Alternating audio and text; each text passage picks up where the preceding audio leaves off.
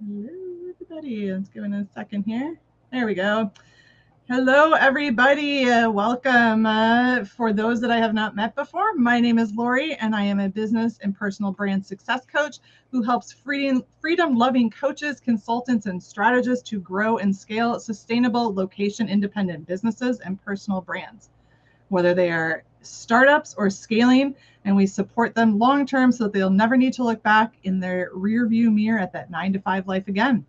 And today I am joined by Natalie Berthe, a serial entrepreneur with 20 plus years of experience in consulting, strategic planning, operations, and startups. She is also a speaker, writer, and social good advocate. Most recent project is Cybersecurity for Humans, a company she founded to teach the average non-techie human the habits that will keep them, their kids, their parents, and businesses safe online. Her goal is to make cybersecurity sexy enough so that people who use the internet will actually take it seriously. And I love that. I love that. So welcome, Natalie. Thank you. I'm so excited to have you here. Um, and I also just want to preface by saying, everybody, you've heard me talk a lot about um, Power Hour, and Natalie and I actually met as a result of Power Hour. So that We makes it did. even more exciting to have you here. So, welcome. Would love to hear a little bit about you and your story before we kind of dive in. Sure. So I can actually just did my whole write up about this for my intro video, but what I first was really interested in the idea of privacy when I was getting my I was in a dual master's program. One of the master's degree, it was the MBA in international communications. And we did cross-cultural communications, we did communication systems. And one of my thesis, we called it substantial research paper, was I didn't know what to do. So I was like, you know what, I'll do something on the privacy law. And so I started learning about privacy law, which is when I realized that at least in the US, we actually don't have Mhm. any real right to privacy, not a public right of privacy. Mhm. And by the time I finished this my research paper, I was in complete state of paranoia. I was like an absolute like obsessed with privacy and understanding it and all of this stuff. And so everything that I do has dictated around that. And then of course when you're getting online, right? Because this was about the Safe Harbor Act, which was with the European Union had established, which was really Uh-huh. really strict.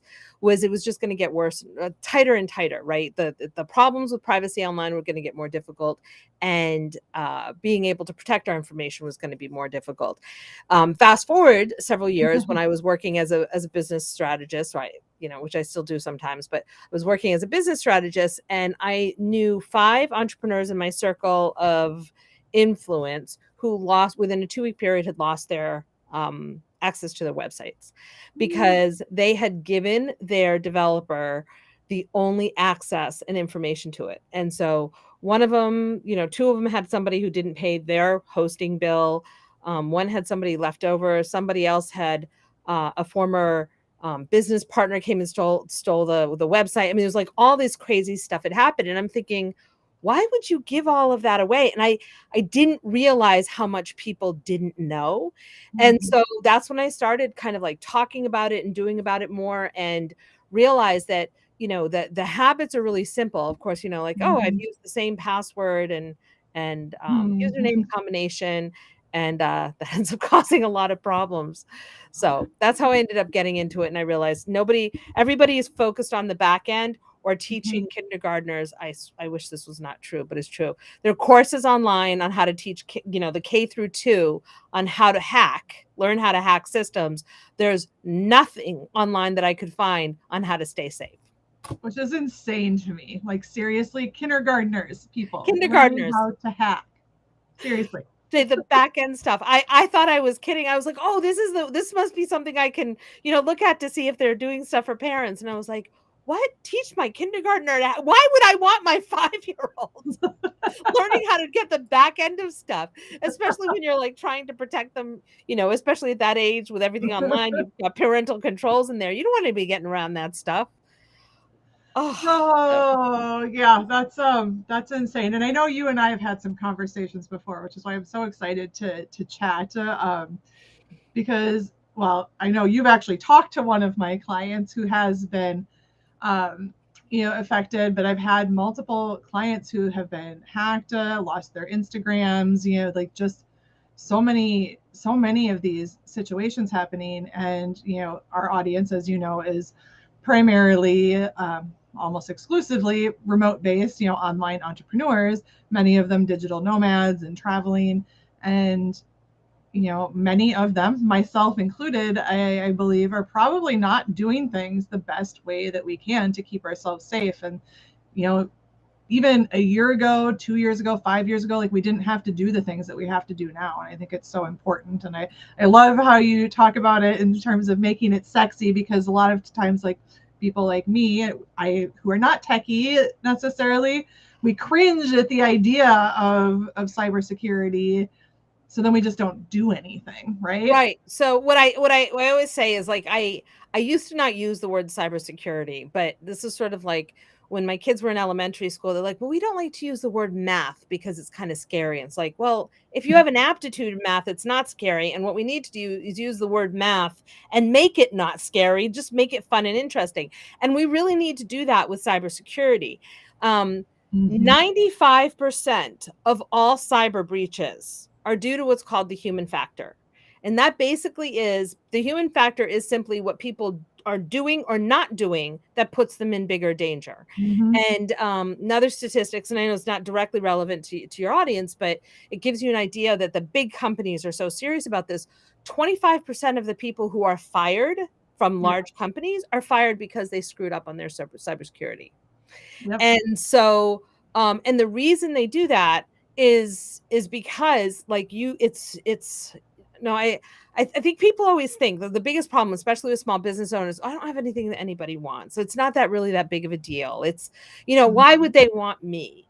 Well, they don't necessarily want you, but if you make yourself an easy target, they're going to come in, they're going to come after you. It could be something as simple as, you don't update your Windows or Mac and you end up with ransomware on your software. Because Mm-hmm. what they do, so here's an interesting tidbit, is what they do is basically they're looking for the easiest targets. And the Yep. easiest targets are small, medium business owners, most small, medium sized business owners, Mm-hmm. because we don't take it seriously. We don't take it Mm-hmm. seriously. Trust is actually our business commodity, right? When you're a small business. Right. And yet we are not genuinely, the vast majority of us, and I don't mean like 50%, I mean like 90+%, are not taking cybersecurity seriously. Everybody gets to use the same Wi-Fi at Mm-hmm. home, Mm-hmm. right? The kids come over and they have their friends come over and they use the Wi-Fi, and now you've got somebody else's kid who's using your Wi-Fi and you don't know how protected they are at home. And so somebody really wants to get into your stuff because they've decided they're going to target you for some reason, and they realize that you've locked down your stuff. They can find, because on the Wi-Fi it Yeah. says who's got access, right? Oh, that kid who lives down the street. Let me see if I can get in through their, I mean, I wish I was joking, right? In through their Wi-Fi, in through their coffee maker, because I Internet of Things, and then they work backwards until they come to you if that's what they need to do. Wow.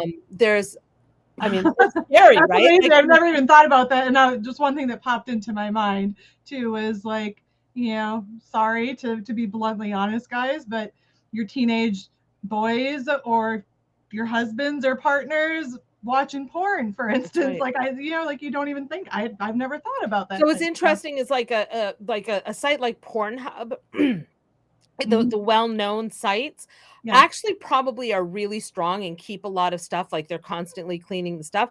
But if you're going off the beaten path, and that's just because um it just happens, like Pornhub actually really wants to be, it's kind of a weird thing, but they really want to be a good online citizen, and so they're really working, like, one of the things, Well, this there is you go, completely guys. That's what a you non get for sequitur, porn. but what they did is actually they realized how many kids, because of how it is in some states, and they're not Mm-hmm. teaching full sets of education, kids were going to the Pornhub to learn about sex. And so they actually now have, when you go on to their website, are you here to learn about sex, or are you here for your fantasies and pleasure? And if you're there to learn about sex, they actually have a whole series that's for free for people to learn out about sex. So they actually are a good citizen online, whether or not you agree with porn, whether or not you watch it.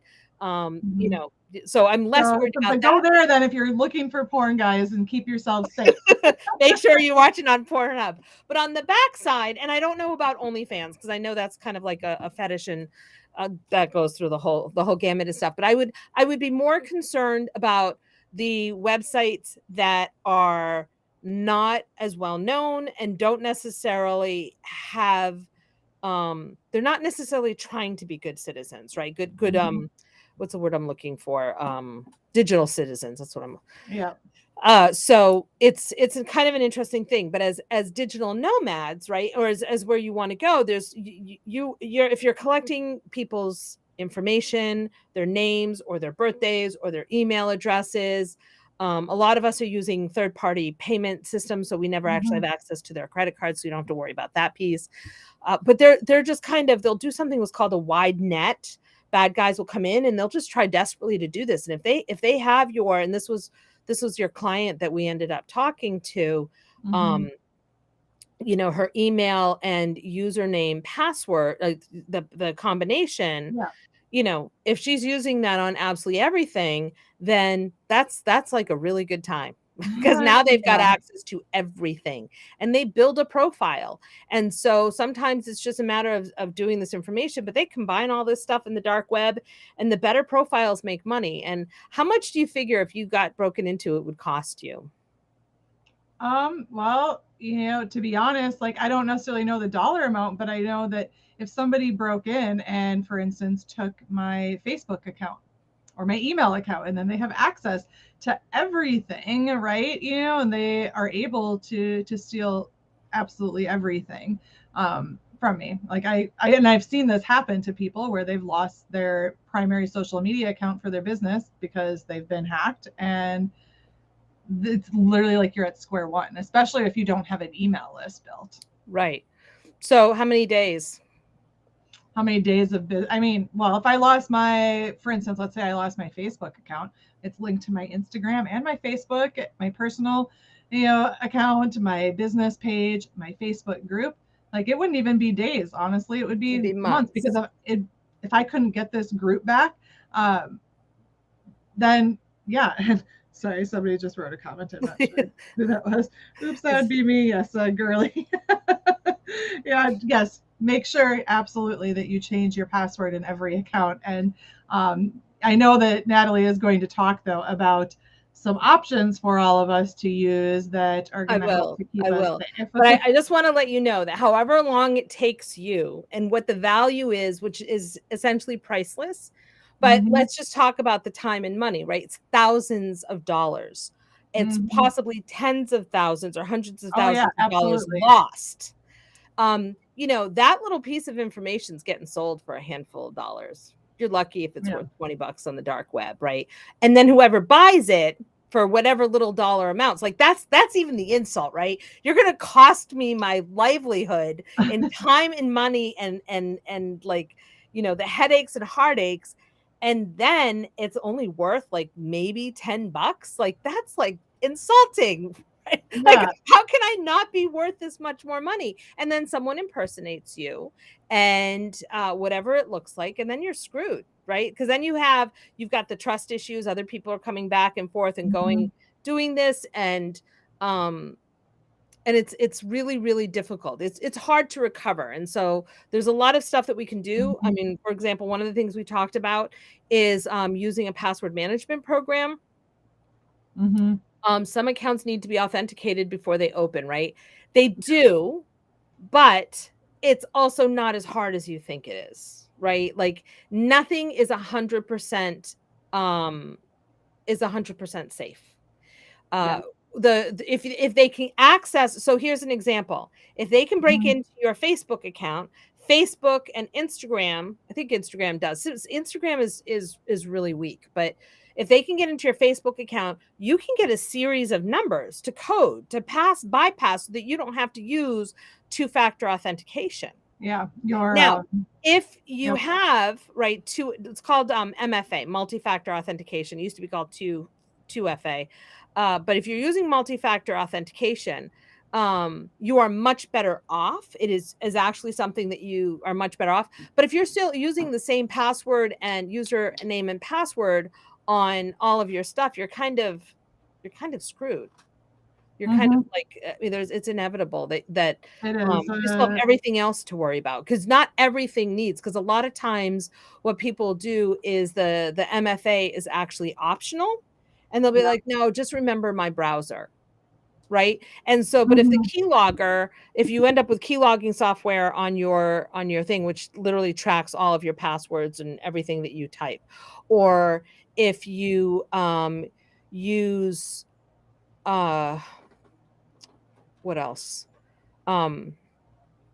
Anyway, if you there's a bunch of different ways that they Mhm. can still go in and track the information that's on there. Yeah, So you're kind absolutely. like, some of the stuff is safe, but I would not do this until, like, the big thing would be to make sure that you have really different passwords, not easy passwords. Use, like, one of the things that drives me crazy when I see this is, like, somebody will write their name and put their birthday on it. So I'd be like, Mhm. Jane Doe 726, and I'm like, well, thank you. Thank you, Yeah, because now all I have to do is figure out how year you were born, which is not that difficult. If I go onto yeah, social media, everyone's like, oh, I am 40 years old this year, and now I know what year we were born. And you're screwed. Like, yeah, this is the problem. So we do not, like, you can put your name, absolutely use your name, because it's much more professional, easier to find. Hot Cats is probably not as professional as Natalie Berthe, right? yeah. on on the things, but you want to use what's called a password management program. There's actually, this is a good example. There are essentially three types of password management programs. The first Mhm. one that we all get all the time is Google, our Chrome, or Microsoft Edge, and Safari will Mhm. always say to you, do you want us to save this password for you? No, thank you. In fact, go in there and shut it off, and tell them no, thank you, and never ask for that. The best ones are going to be the ones that are the easiest for us to use would be something like LastPass or Dashlane. I can put links in the chat. Um, those will the benefit of those is they work across all of your different platforms. Mhm. So it uses on my phone. It's the same one that I use on, when I use different Mhm. browsers, and can use on somebody else's browser if I need to, and then you just sign out of it. Yeah. And that one, the other benefit to that is they will uh, generate random passwords that you will never guess, because it's got like a whole bunch of it's like, looks like goobly gook, right? Just I don't know how else to describe it. Oh, what do we got here? Yeah. Um, oh yeah. Yes. Sorry. Oh my God. Yes. Yes. And Randy too. Yes. So you're right. It is scary and it happens. And it can cost a lot. It It really can can. cost a lot. So interesting that you say like don't use like the Google Chrome, password saver. So why is that? Because I'll admit that I do Well, it. I will tell you that of the passwords, they're getting much better, right? But they aren't. They're getting better, but I don't know if you notice, like, there's a lot of updates happening right now. Mhm. This is one of the things you always want to be updating, the stuff that you get asked to update, because the reason they're updating is not so that, Google Chrome has a new shiny thing, or Windows, Mhm. gives you a new shade of blue. It's because there's been a vulnerability, and they've shown it, they found it, they fixed it, and they say, here, this is going on. And now we've all been notified about the vulnerability. And that just doesn't mean the users, that also means the bad guys. And the bad guys go, ooh, there's a hole, and there's people who are not going to update this. And Mhm. so what ends up happening is they will send out some kind of worm or Trojan, or these are all some type of malware. Let's put it that way. Okay. Malware is short for malicious software. So malware. And the malware will go out and it will try to attack. And this is why it's all about not making yourself an easy password, an easy target. And so when you've updated your programs, they go, oh, it's too difficult, but someone didn't. And so I don't know if you remember, in 2017 there was a ransomware called WannaCry. It turns out it probably came out of, I don't know if you I remember made you WannaCry. want to cry, right? Well, I'll tell you, it cost people like $6 trillion. It shut down the UK health system because they had on an old version of Windows and they never updated. Fortune 500 companies were having the same problem because they had not updated their. That was the program, and it froze hundreds of thousands of computers with a ransomware demand.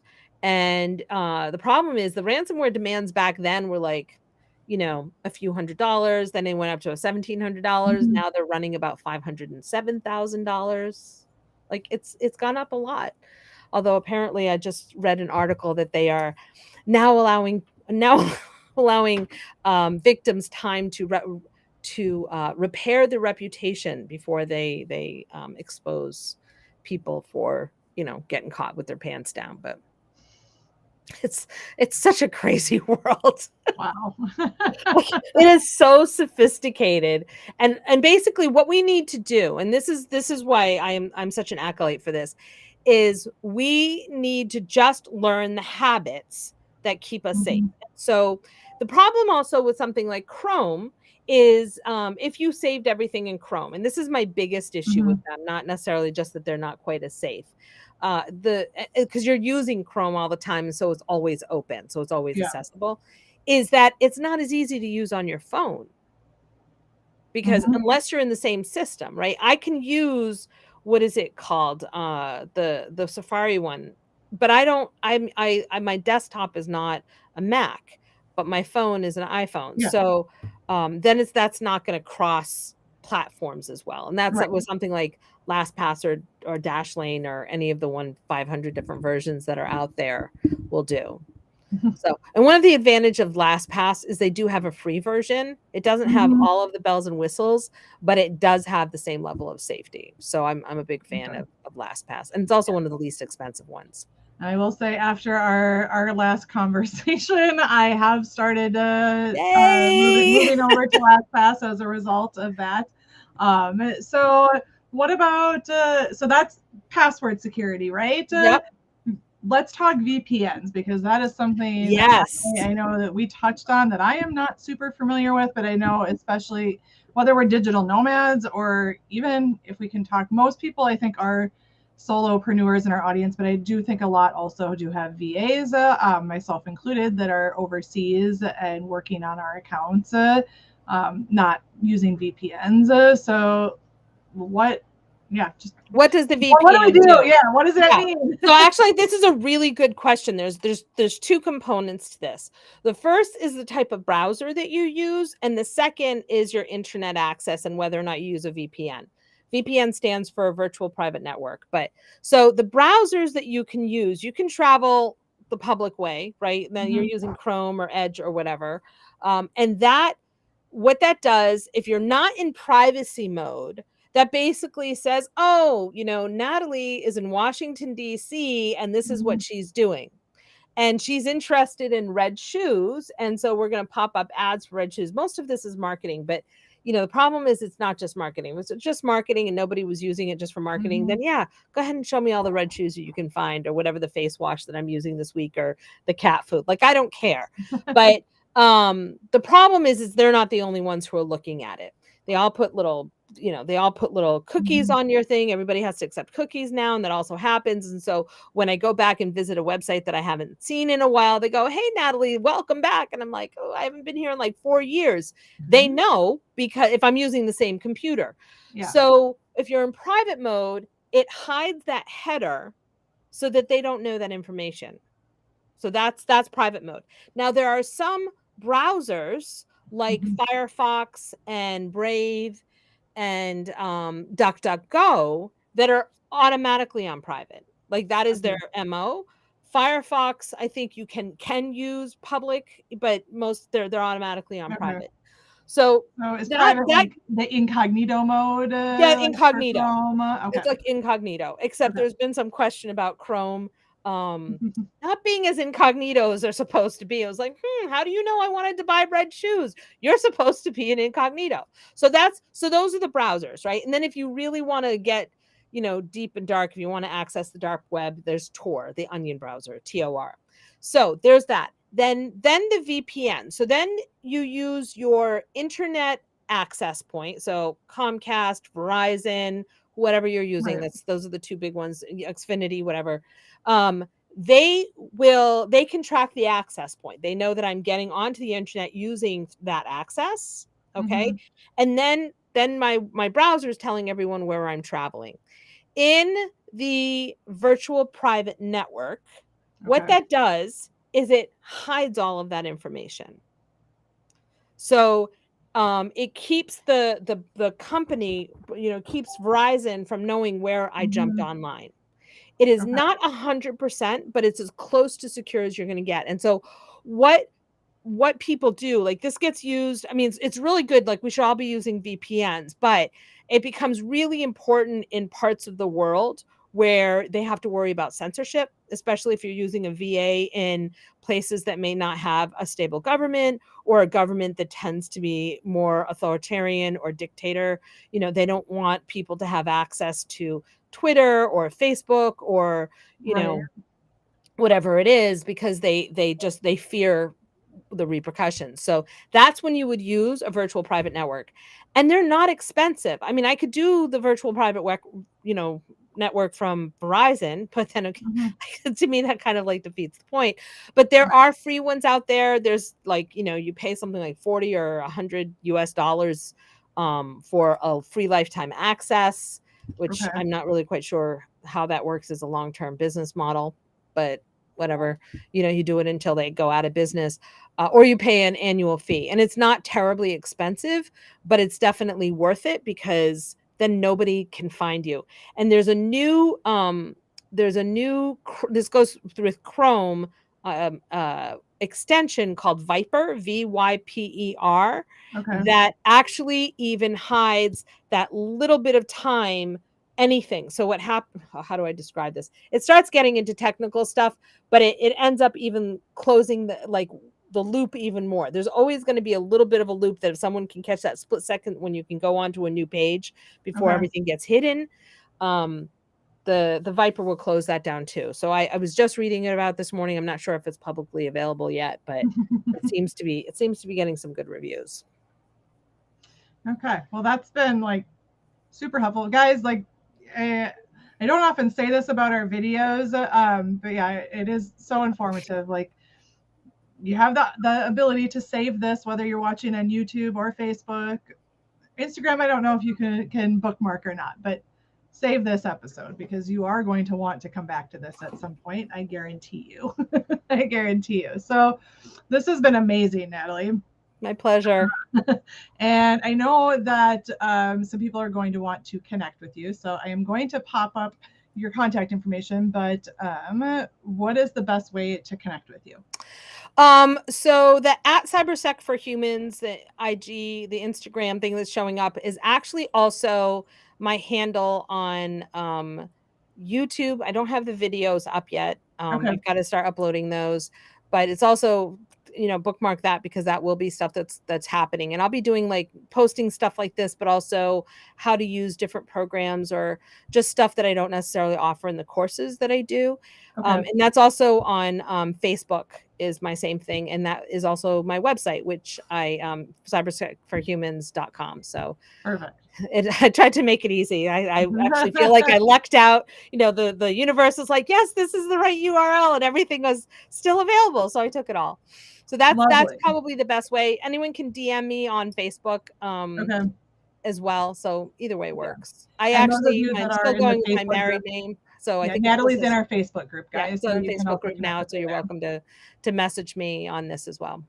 Awesome, awesome. And I think you'll be dropping some links in the comments in the next few I days too, will. right? I will. I So keep will. on I will looking at definitely. If anybody's interested for more information, I'll send you the links to the stuff that's going on, and also if you're interested in the course, I'm happy to offer a discount code for that as well. That one specifically for business. Working on the parents one next. it. Okay, awesome. Yeah, That's a so whole other different scary story. yeah, that's a whole different scary story. Woo! But we'll have to have you come back and talk about that, because I know we have a lot of parents in our audience, both digital nomads and just like stay at home parents, or just parents in general. So I know that it's freaking terrifying that there are courses out there for children on how to hack. So we're Yeah, gonna I need won't to be talk that more that about I'll that never be one. teaching a course on that. I'm more like, you need to understand where your kids are hanging out online. That's a different question, and how to get them, Oh because they're like, my mentality on this is, if they're young enough to learn how to hack and do the stuff on the back end, they're young enough to also understand, the good. Hey, you have to learn. Like I remember when uh My youngest was 3 years old, and I knew he knew how to cross the road, but he kept running across the road at my mother's house without paying attention. And I got mad. And so we went out to her front garden where there was a wide sidewalk, and we practiced for an hour and a half, which is ridiculous because he was being stubborn. But you know what? He got that lesson down pat. And this is like as simple as, you know, what to look for and how to go across the street. Like, how are you crossing the street in the interwebs? And the kids need to learn that too. Actually, we all do, but the kids need to as well. Yeah, you're right. We all do. So this has been amazing, guys. Follow Natalie on Instagram and connect with her. Save this video and watch the comments here in the coming days, because there is going to be some stuff shared with you, including those discount codes that she mentioned. And yes, thank you for all the nuggets. Agreed. My pleasure. Agreed. This has been fantastic, Natalie. I always enjoy talking to you. So we may have her back, guys. We have new stuff, or we've got a new topic. I could talk about this all day. I've got crazy stories. You know, I have some wild stories that are always fun to share too. Yeah, absolutely. Absolutely. So guys, go ahead, keep connected with her. And, you know, from my perspective, again, you know, I'm here to support you in your business. So if you are struggling with something, you're stuck, or you just know that you're ready to take that next step to level up your business, please reach out to myself or my team so that we can support you to get that remote-based freedom that you're looking for and to build a powerful personal brand that is authentically you. So again, send us a DM to myself or any of the other admins, and let's make this year the year that you are able to leave that 9-to-5 life in the rear view forever. Thank you again, Natalie, for being here. Thank you everybody for tuning in. We'll talk to you soon. Okay.